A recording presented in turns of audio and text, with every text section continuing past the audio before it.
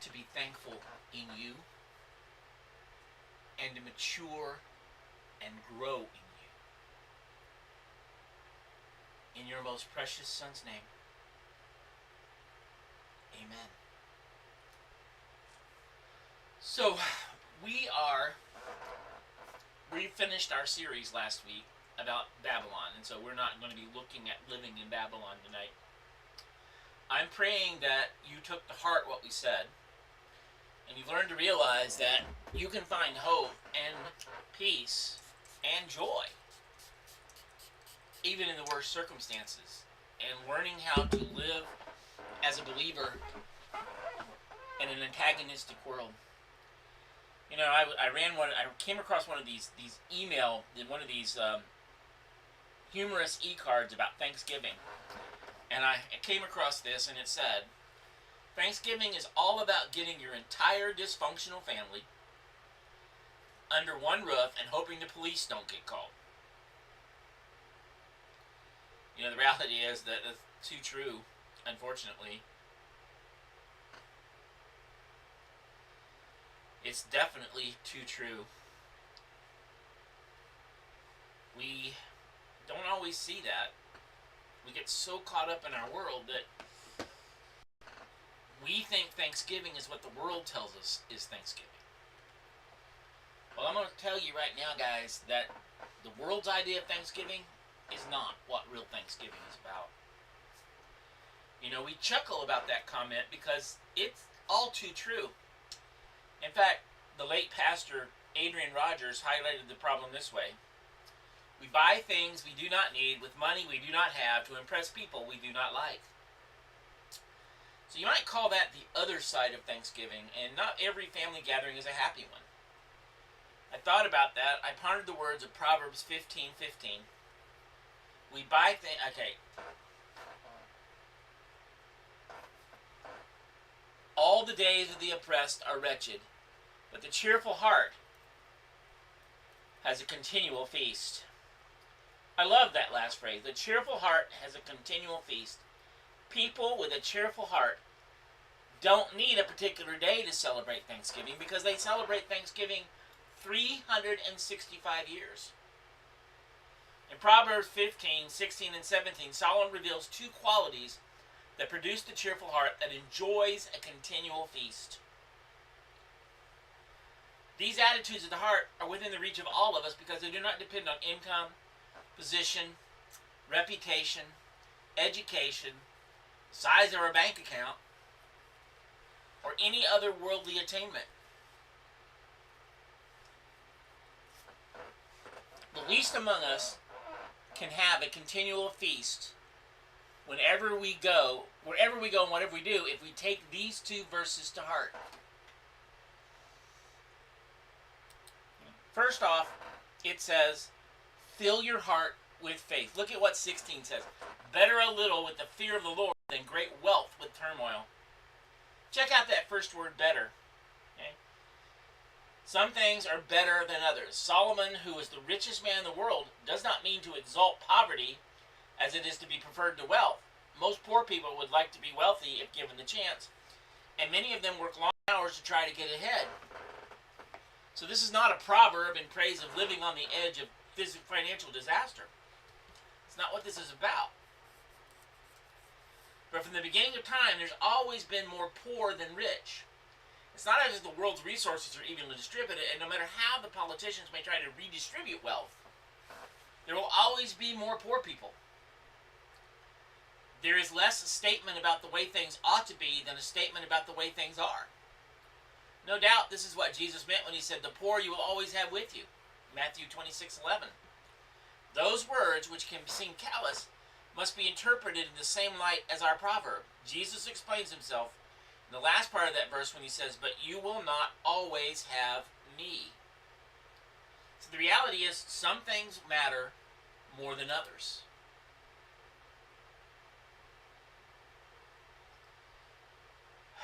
If Jesus is among you, spend time with him while you can. Then go feed the poor. Feed your spirit and then feed the hungry. Clothe the naked. Take care of the hurting. This isn't a sign that says, okay, you should live in poverty and abject destitution. It's not what we're telling you. We're telling you, like the words of Solomon, that wealth is no cure. Yes, it is true that money is the answer for everything, Ecclesiastes 10:19. Better to have some money than none all. Yes, the rich have large houses, nice furnishing, excellent medical insurance, and protection against many troubles. But death is the great equalizer, and death comes for the rich just as it does the poor. And the reality is that wealth will not make you happy. I know too many miserable people who are so reliant on their wealth, but their families are just destitute and horrible, and they hate each other, and they're constantly fighting, and they're constantly worrying. Let's face it, the rich, just like the poor, get cancer and die. The rich struggle with divorce. The rich have problems with their children. The rich lose their jobs. The rich lose their homes. The rich pay taxes. Wealth only provides a very limited protection. It cannot compensate for the breakup of marriage, for children in jail, or for sudden death. I've got news for you folks. If you die, you're dead, whether how much money you had on this earth when you had it.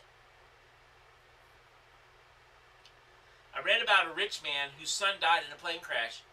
He said, once you lose your son, you find out there's no such thing as serious money. Life and death are serious. Money is not. Wealth cannot compensate for the breakup of a marriage. If you have to choose between wealth and the fear of the Lord, let us choose the fear of the Lord. In point of fact, most of us don't get that choice. The vast majority of the world will never be wealthy, but we can all fear the Lord. See, reality is, folks, wealth is a relative term.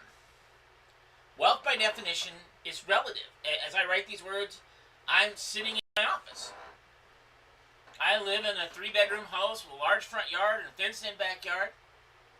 So my crazy dog can go out in the backyard. Of course, we've got to get the fence fixed, because otherwise she'll run away, because she's figured out how to run the fence.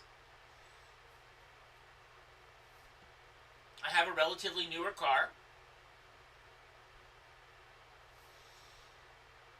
I have a desktop and a laptop and a tablet and a cell phone. And since the reality is that God has blessed me a great deal, and He's blessed a lot of us. I have a queen-size bed.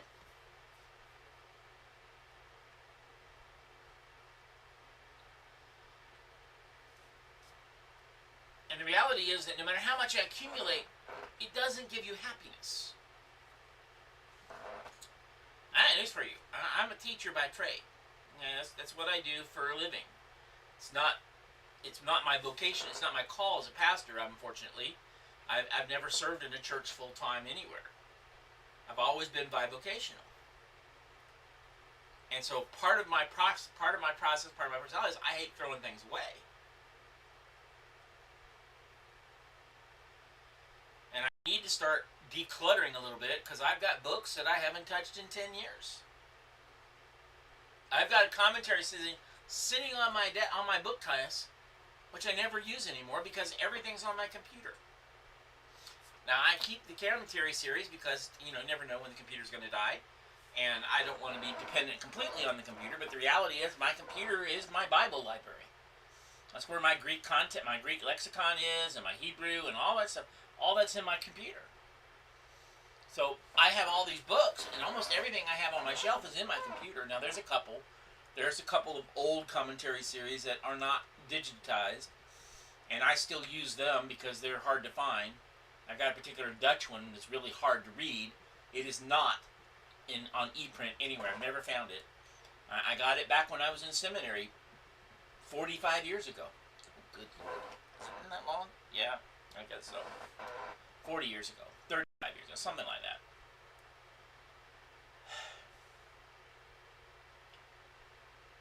And yet, America, regardless of what you think, is extremely wealthy. We live better than 90% of the rest of the world. The poorest person in America is better off than many people in the world. When I was still doing youth ministry at Del Rio Community Church, our youth group went on a mission trip to Guatemala. And they were in Guatemala for 2 weeks. And one of the things they did is they dug a well because there was a place that didn't have water. They didn't have fresh water. Now, I want to paint the picture because I want you to understand poverty. Because I want you to understand we have so much to be thankful for.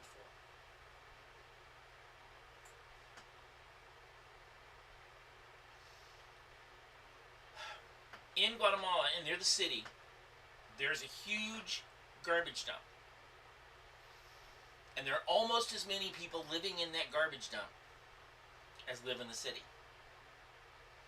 They were building a chapel, they were building a place to have church and a place for school, and they were digging a freshwater well so these guys could have fresh water because they were making their living by scavenging in the garbage dump. Little kids, adults, didn't matter. They lived in these hovels that they built out of the garbage. I'll tell you right now, my kids came back changed. It changed them. Spending 2 weeks in that environment will change you. Millions and millions of people on this earth live in such circumstances of driving poverty that it almost numbs the mind.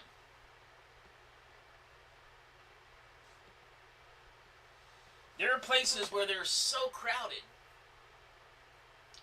that 10 men share the same little cardboard box, and they take turns sleeping in shifts while the others go out to find food and to work.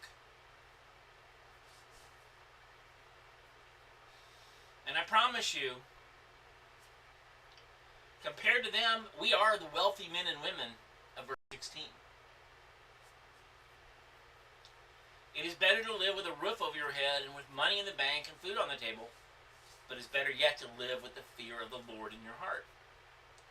One need not feel sorry for having more than someone else. But what a fool I am if I think that I somehow deserve what I have or that I am somehow better than someone who has less than I do. Let's face it, folks. What do I actually have that I did not receive from God? Everything I have, everything I own, everything that's in my stewardship, because I don't really own anything. It all belongs to God. God's just loaning it to me. If I had kids, they would be God's kids, and He loaned them to me. I'm the steward. My job is God's job, and God put me in that job, and I'm the steward of that job. It's all a gift from God. And so I can fill my heart with faith knowing that God takes care of everything. Includes every meal, every drink of clean water, electricity that powers my computer, every book I read, every shirt I wear, and every bowl of soup put before me. Sorry, Solomon does not ask those who have more to feel guilty about what they have. After all, even in the slums, some have more than some have less. Look around. Someone will always be ahead of you, and someone will always be behind you. And others will be right where you are. But not everything is equal. Better to live in poverty and know the Lord than to be the richest man in the world and think you did it yourself. The rich man suddenly discovers that his riches take wings and fly away. If he doesn't discover it in his life, he'll discover it when he gets to the next, because all he worked for so hard, he leaves behind. I remember hearing a story about a guy who pled with God and God, please let me take some of my gold with me. And he begged and he begged. When I go to heaven, when I die, let me take some of my gold. God finally said, fine. He said, God will teach you a lesson. So he died, and he shows up at heaven. And of course, this is not theologically correct, but he shows up and talks to St. Peter, and St. Peter says, okay, God said you could bring something to heaven with you. What did you decide to bring? And he says, well, I brought some gold. And he says, of all the things you could have brought with you, you decided to bring road paving material? You know, heaven, gold streets are paved in gold. You know, the reality is that all that we think glitters, all that we think is wealth, is meaningless in our relationship with Jesus Christ. We need to learn to fill our heart with faith and turn away from the stuff that we think is so important. That's why Paul says he counts it as dung. All that you have, all that you are, all the accomplishments, Paul says, I count those as dung in comparison to my relationship with Jesus Christ. In that respect, we all come in and go out the same way. The lesson is clear. Most of us will never be truly rich in this world's goods, but we all can be rich in faith and love and rich in the knowledge of our Lord Jesus Christ. So this Thanksgiving, you need to stop and think, God, you gave me this Thanksgiving. I don't care if you're eating turkey soup and a biscuit, God gave it to you. God gives you what you have. And none of it did you make, create, or earn. God gave it to you. J.L. Packer tells an acquaintance whose career derailed because of his evangelical convictions. Once, when asked if he harbored any feelings, he replied quite simply, I've known God, and they haven't. Packer goes on to note that the most of us would not feel comfortable speaking in such straightforward terms, but the terms are entirely biblical. Knowing God does make a difference. And if we're going to say we have something that nobody else has, then our relationship with Jesus Christ is what makes us truly wealthy. Knowing God does make a difference, and is a defining characteristic of those who follow Jesus Christ. To know God deeply and intimately more than makes up for the things we lose because of our faith. In the early church, if you converted to Christianity, you might lose your job, you might lose your family, you might be driven out into the streets.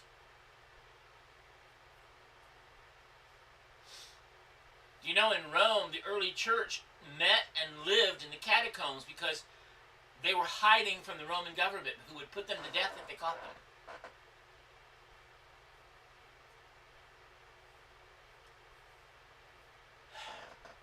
"250 years ago, English pastor John Gill summarizes the blessing of the man who fears the Lord. Listen to what he said.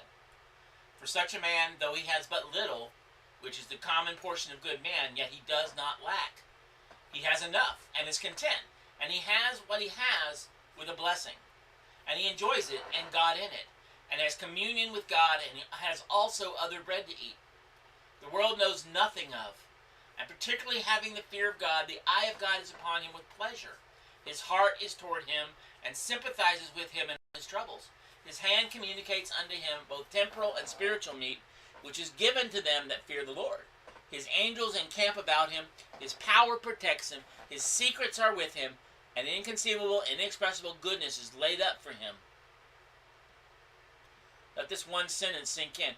What he has with a blessing, and he enjoys it, and God in it, and has communion with him. Let me tell you something, folks. All the wealth, all the money, can it offer anything like that? Is there anything outside of a relationship with Jesus Christ, which is worth anything compared to what our relationship with him is? Let's face it, folks. We approach Thanksgiving. Let's truly be thankful, not for the food and not for the things and not for and all those things are good. Don't get me wrong. You know, if you have Thanksgiving dinner and you're going to eat turkey and cranberry sauce and all that stuff, good. Tell me what time dinner it is and I'll be there. I have no problem with Thanksgiving.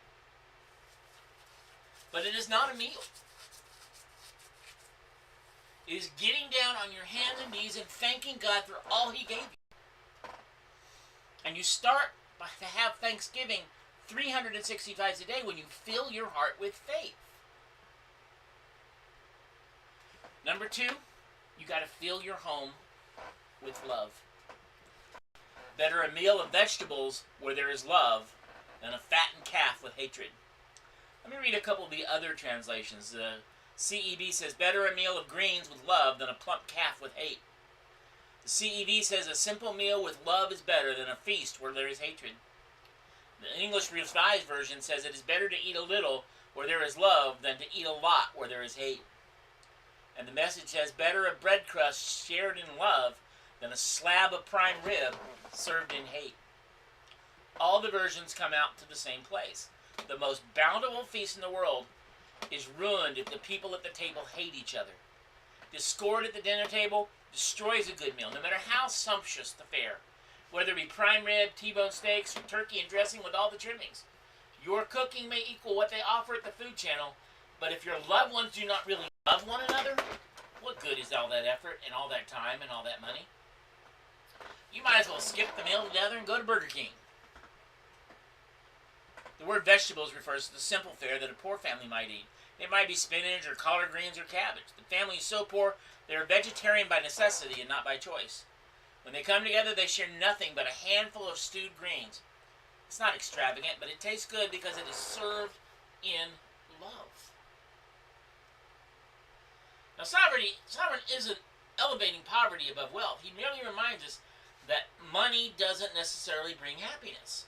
It certainly doesn't guarantee a happy family or a harmonious Thanksgiving dinner, does it? Let's face it, folks. The reality is that we can go on and on and on and on and on, but the bottom line is this. If your home is not filled with love because it is not centered on God, then I don't care what meal you have, it's going to taste like sawdust. I know families who don't talk to each other. Ever. They never see each other, they never talk to each other, and they want nothing to do with each other. They are so hateful to each other.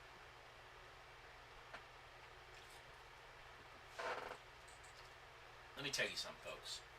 If you're not filling your life with faith and filling your home with love, you're going to miss out on what Thanksgiving is really all about. Because ultimately, what Thanksgiving is about is gratitude for what God has given you. Everything God has given you. From the air you breathe to the water you drink, was all created by God.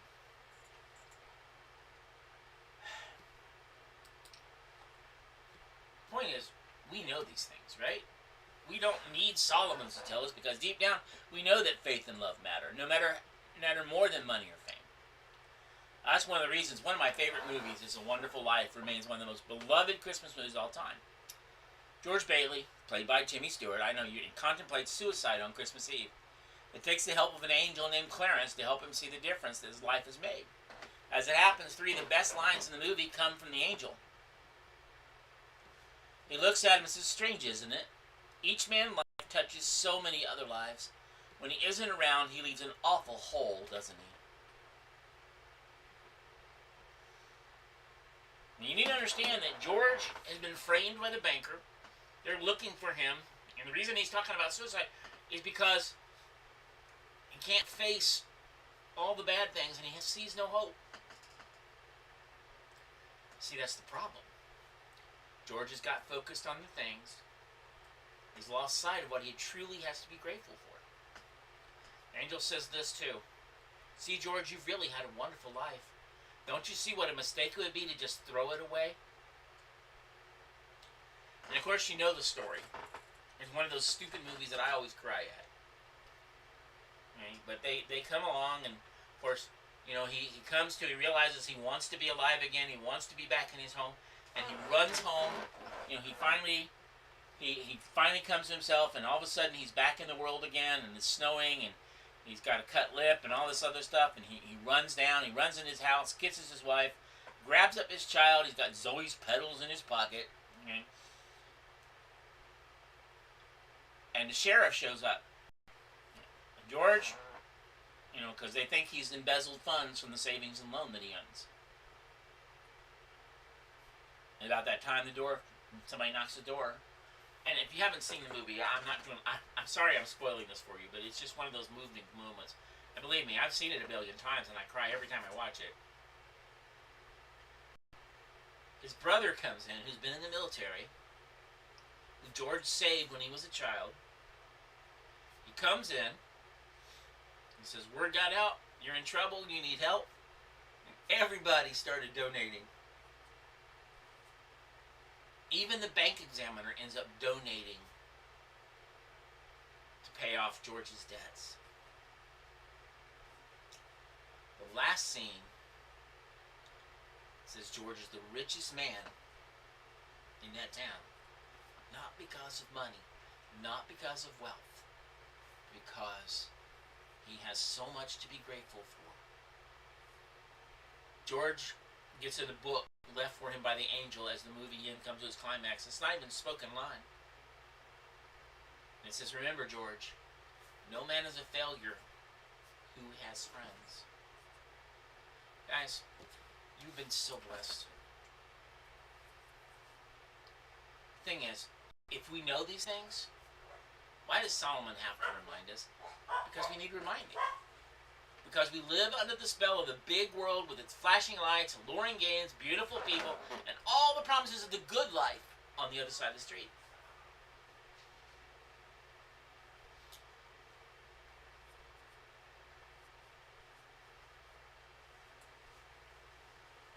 We keep hearing stories of very powerful, very rich, very wealthy men throwing away all their common sense after a lifetime of brilliant success to have an affair that is suddenly splashed on TV, radio, and across the internet. Proud men have always been tempted by beautiful women who were available to them. And that led to all sorts of foolishness and ultimately the sort of behavior that those same men and women would have sworn they would never have done. It's a long sentence written that way to emphasize what is left out, which is that these temptations apply not only to rich and beautiful people, but also to the rest of us as well. Some not so beautiful people have done amazingly things. One can only hope that the finger pointing will lead us all to the honest self-examination. You don't have to be the President of the United States or a 4-star general to blow up your life, career, and your family. And it may sound like I'm sort of changing the subject, but all of this is Solomon's subject. Remember, the operative word is better. It's better to enjoy a simple meal with love abounds than to feast at the finest restaurants in Paris, drink the finest wines, and be surrounded by people you can't stand. As the man on the Midway says, you pays your money and you take your chances. Thousands of people will read Solomon, nod in agreement, and then go out and blow up their family by a round of foolish choices. Thing is, we know these things are true. Thanksgiving isn't something you do, it's a choice. But we don't have to live this way. We don't have to live focused on the wealth and focused on the things. We can live like the Bible says in Joshua, choose this day whom you will serve. See, I have set before you life and death. Choose life that you may live. That's wonderful advice, first given by Moses to the children of Israel, and even after all the wandering in the desert, after a whole generation died, it still made the same mistakes over and over again. Lately, part of my quiet time, I've been listening to the Psalms. And I came to Psalm 78, which recounts the early history of Israel, and I was struck by the emphasis on how Israel kept messing up, and how God judged them and then forgave them, and then they would go and do it all over again. The reality is that God is the hero in that tale. Listen to chapter 78, verse 40 and 41. How often they rebelled against him in the wilderness and grieved him in the wasteland. Again and again they put God to the test. They vexed the Holy One of Israel. The people who knew what God had said either forgot or didn't care or thought they had a better idea or just decided to do things their own way. It never worked out. Then you come to a wonderful verse like this, verse 52. But he brought his people out like a flock. He led them like sheep through the wilderness. That's us. We're God's sheep. Every time you turn around, we're going our own way. Isaiah 53:6. Left to ourselves, we get lost, or we wander back to Egypt, and we start fighting each other, or we'll end up as supper for the wolves. We're unruly, and we don't like to be led, and sometimes we're just plain dumb. I mean, let's face it, folks, domesticated sheep are the dumbest animals that were ever created. You know why they have to be on an open field, and they can't be put someplace where there's lots of hills and valleys and brushes and bushes and stuff? Is because they'll go behind a bush and they can't see the rest of the flock and they'll assume they're lost. And they'll sit there and bawl until somebody comes after them.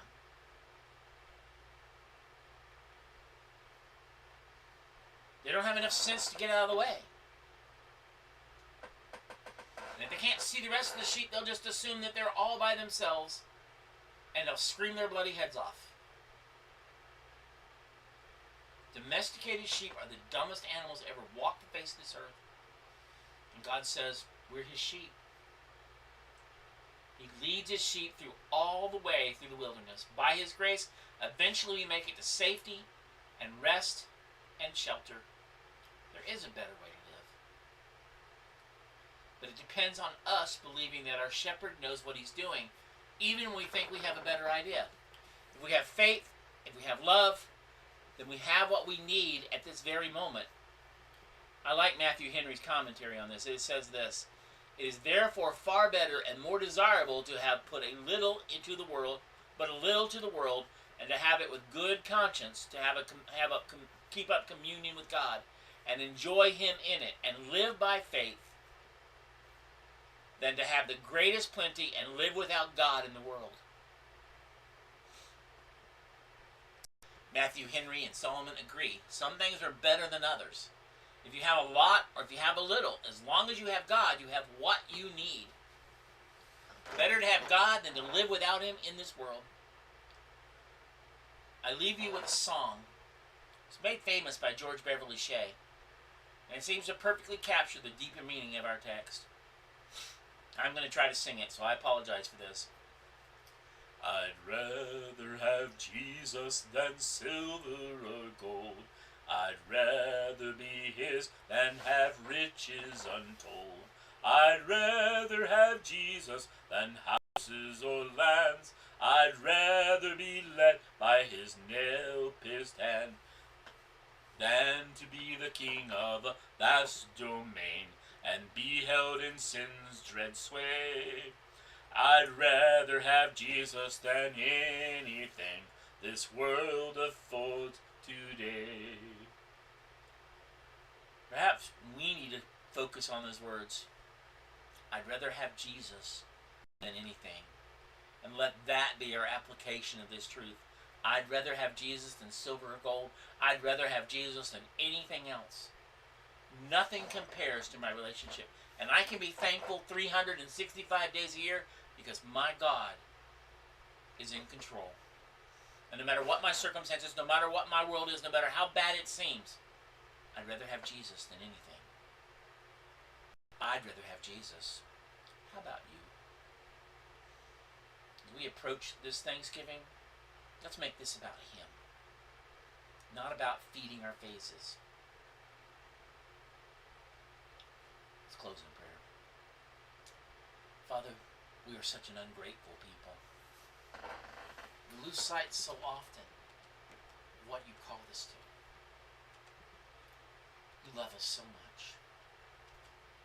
There are days I despair that I can't figure out why you put up with us.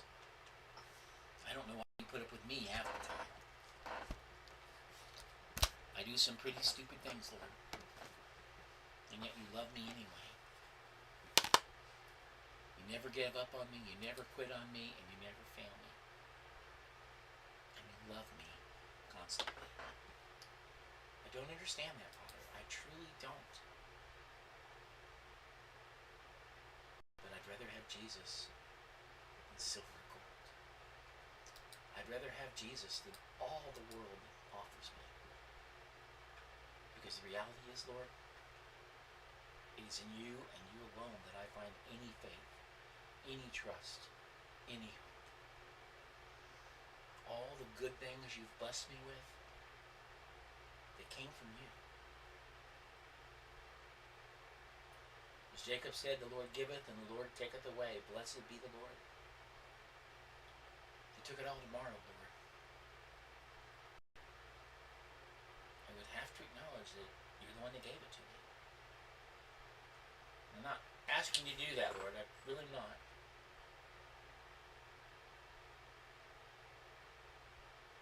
But help me to express my gratitude. Help me to make this Thanksgiving holiday not about eating turkey. It's not turkey. It's an opportunity to express my thanksgiving to you for all that you've done for me and all you continue to do for me. In your precious Son's name.